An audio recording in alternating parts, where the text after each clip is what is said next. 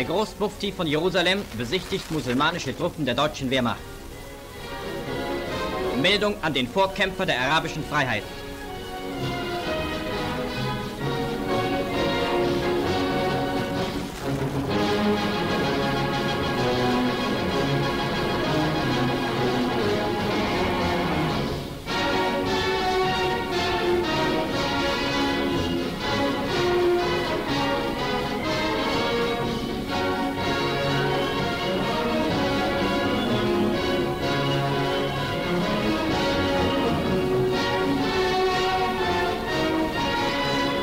Die Ausbilder der musulmanischen Einheiten sind bewährte Frontsoldaten.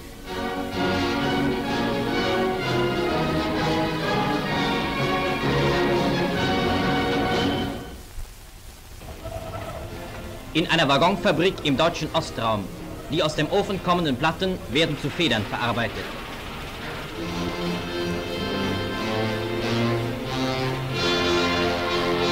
Einbau der Federn im Fahrgestell des Güterwagens.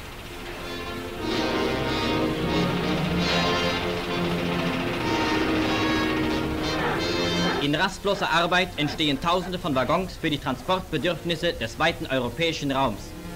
20.000 Wagen hat allein diese Fabrik in 2 Jahren hergestellt.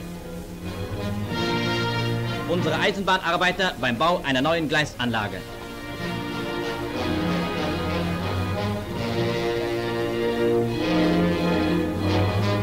Das neue Gleis wird im Stellwerk eingebaut. Die Sicherheit des Eisenbahnverkehrs wird durch ein hochentwickeltes Signalsystem gewährleistet.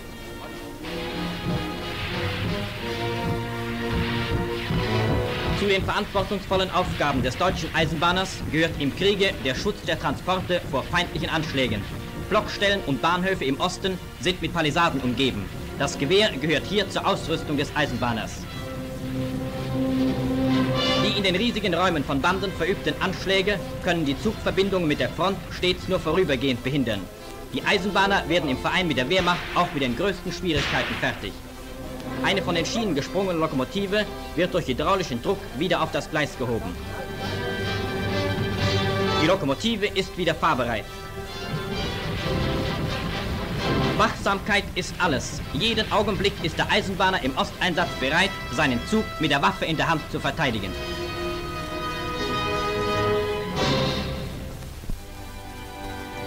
In Berlin. Reichsverkehrsminister Dr. Dorpmüller spricht zum Tag des deutschen Eisenbahners, der in Würdigung der Leistungen der Eisenbahner eingeführt wurde. Zum Tag des deutschen Eisenbahners bestimmte der Führer den 7. Dezember zur Erinnerung an die Inbetriebnahme der ersten deutschen Eisenbahn am 7. Dezember 1835. Tapferen Eisenbahnern wird das Eiserne Kreuz überreicht. Staatssekretär Dr. Ganzenmüller.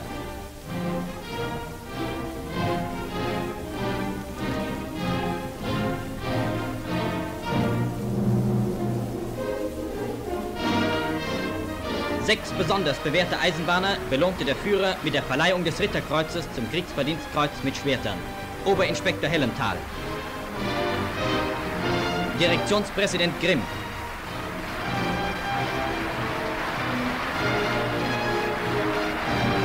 Lokomotivführer Kindervater. Er erhält die Auszeichnung aus der Hand des Jagdfliegers Hauptmann Nowotny. Direktionspräsident Lammertz. Lokomotivführer Bierschenk. Direktionspräsident Dr. Gudefroy.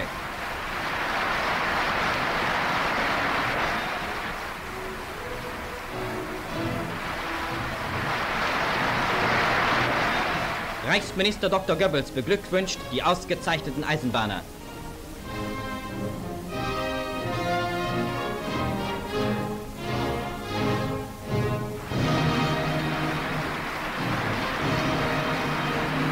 Staatssekretär Dr. Ganzenmüller gibt einen umfassenden Bericht über die gewaltigen Leistungen der Reichsbahn.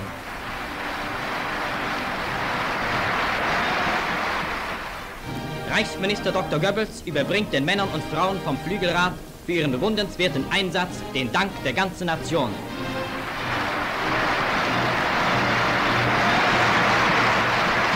Eisenbahner sein. sein heißt heute etwas mehr als einem x-beliebigen Berufsstand angehören.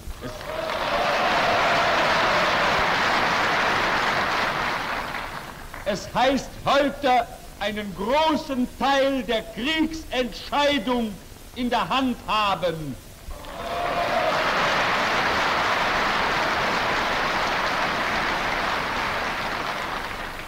In dieser Stunde brausen Tausende von Zügen unter der Führung eurer Kameraden kreuz und quer durch Europa. Sie bringen Waffen und Munition an alle Fronten in die Hände des besten Soldatentums gelegt, das die Welt jemals kannte.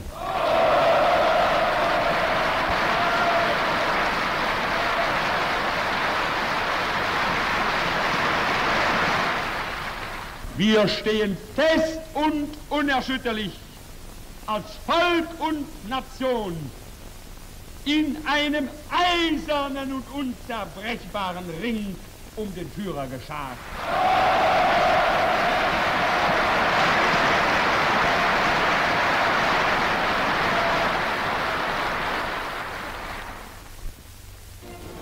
An der Lapplandfront. 2 Mann der Kompanie sind mit dem Urlaub an der Reihe. Ihr Kompanieführer gibt Ihnen die besten Wünsche mit auf den weiten Weg. Zuerst müssen unsere beiden Urlauber auf beschwerlichen Wegen zur nächsten Bahnstation gelangen. Unterwegs werden alle Transportgelegenheiten wahrgenommen.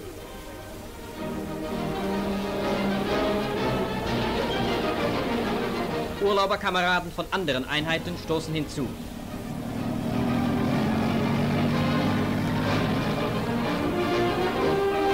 Auf der Urlaubersammelstelle werden die Fahrtausweise ausgegeben. Nun geht es mit der Bahn weiter.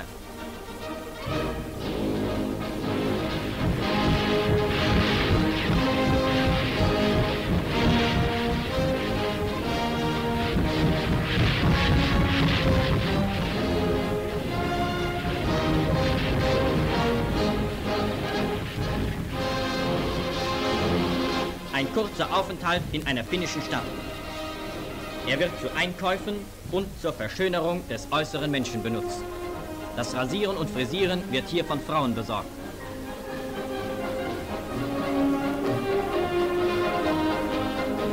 Eine kurze Seereise beginnt.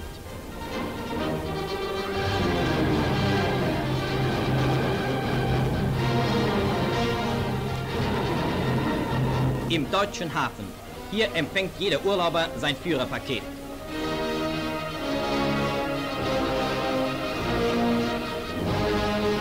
Nun ist der schwierigste Teil der Reise überstanden.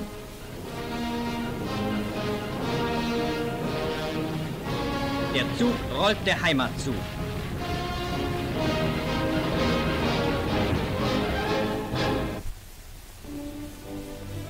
Unsere Feldbäcker bei der Herstellung des Weihnachtsstollens.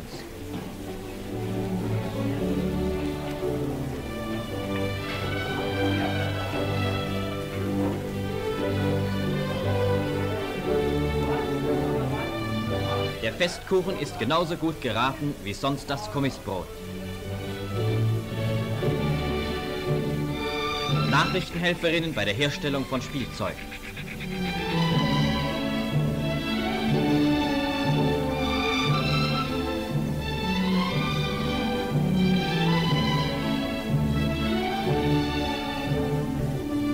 Eine alte Hose wird in reizende Stofftierchen verwandelt.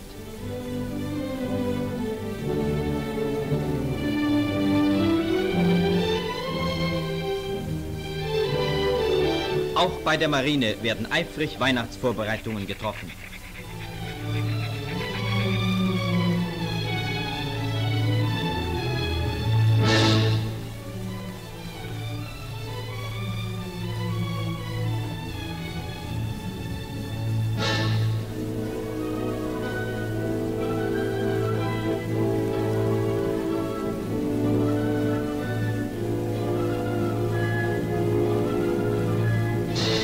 An der Küste des Mittelmeeres. Hier ersetzen Palmenzweige den Tannenbaum.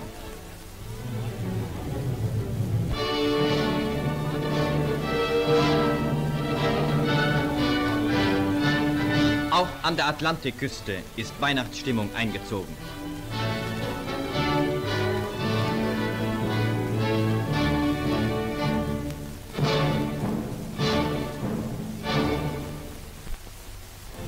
An der Ostfront. Auf einem Feldflughafen unserer Jäger. Ein erfolgreicher Jagdflieger wird vom Bodenpersonal beglückwünscht. Seine Maschine hat einen Treffer in die Tragfläche erhalten. Staffelkapitän Leutnant Lang schoss bei diesem Einsatz 8 Feindflugzeuge ab und errang damit seinen 100. Luftsieg. Leutnant Lang gehört als Leichtathlet und Mittelstreckenläufer zu den bekanntesten deutschen Sportlern. Der Staffelkapitän gratuliert einem seiner Feldwebel zum 50. Abschuss. Im großen Djeperbogen führte ein deutscher Gegenangriff zur Wiedereroberung der Stadt Schitomir. Der Aufmarsch beginnt.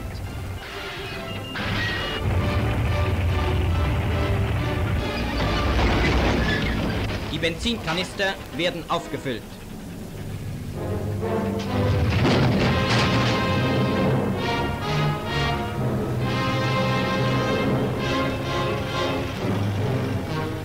Zwischendurch eine kleine Stärkung, Bienenhonig aus der Wabe.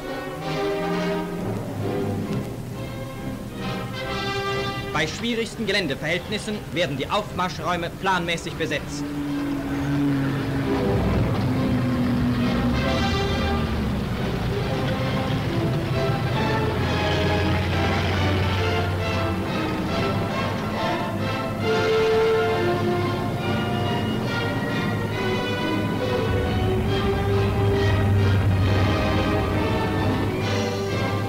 In den Ausgangsstellungen.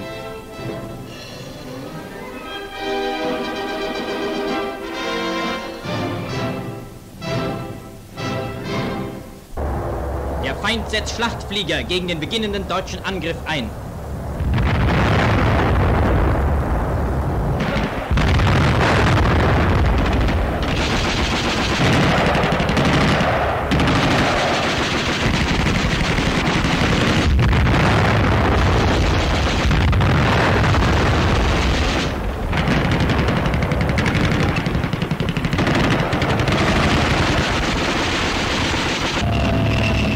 Mehrere der Schlachtflieger werden von unseren Soldaten abgeschossen.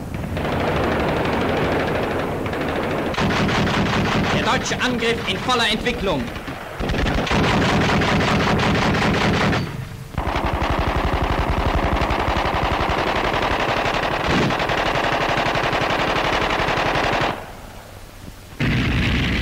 Tigerpanzer übernehmen die Angriffsspitze.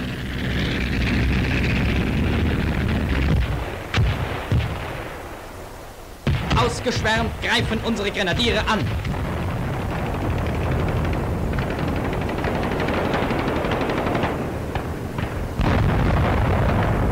Links hinten im Bild fliehende Bolschewisten.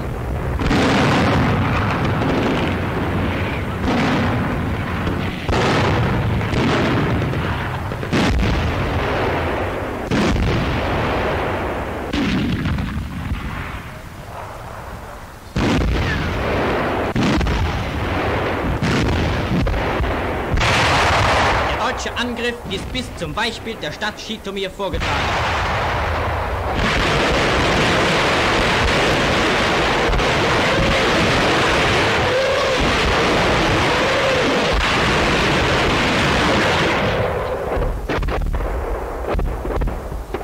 Die Wirkung der deutschen Waffen.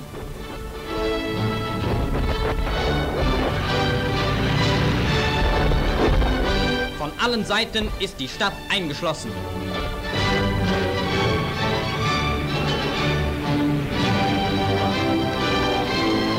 Nach hartem Ringen rücken unsere Truppen in Schitomir ein.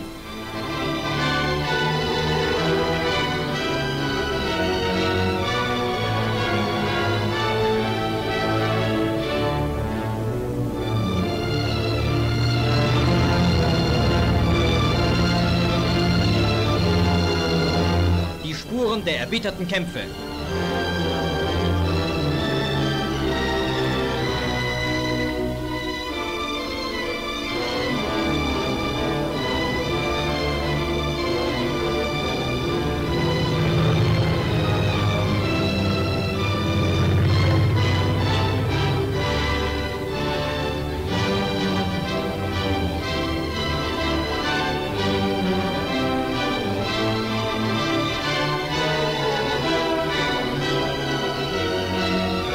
Der siegreiche deutsche Soldat nach der Schlacht.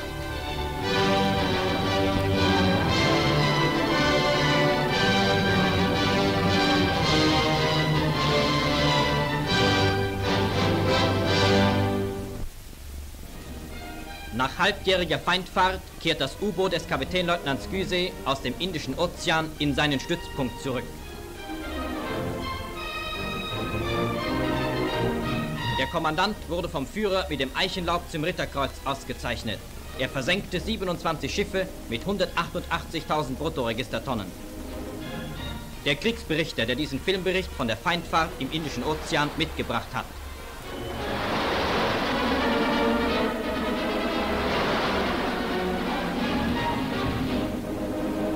Delfine umspielen den Bug des Bootes. Arbeiten an Oberdeck bei bewegter See.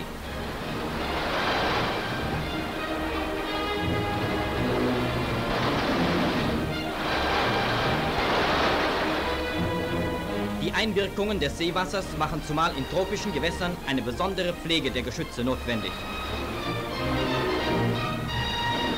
Ununterbrochen sucht die Brückenwache die Kim ab. Eine Rauchfahne wird ostwärts von Afrika unter der Küste von Madagaskar gesichtet. Der Wachoffizier ruft: Kommandant, auf die Brücke!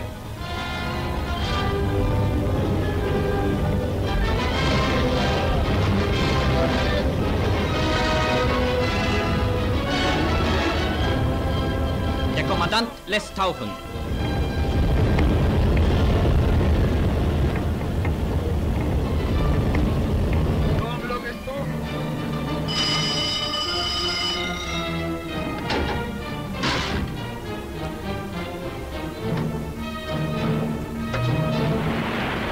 Im Seerohr die Küste von Madagaskar.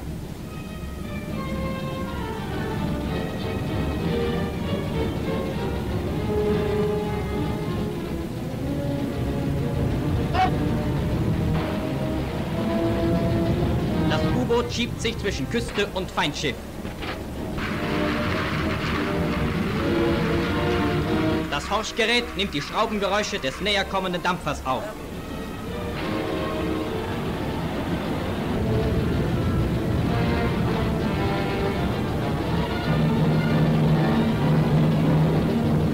Da ist er!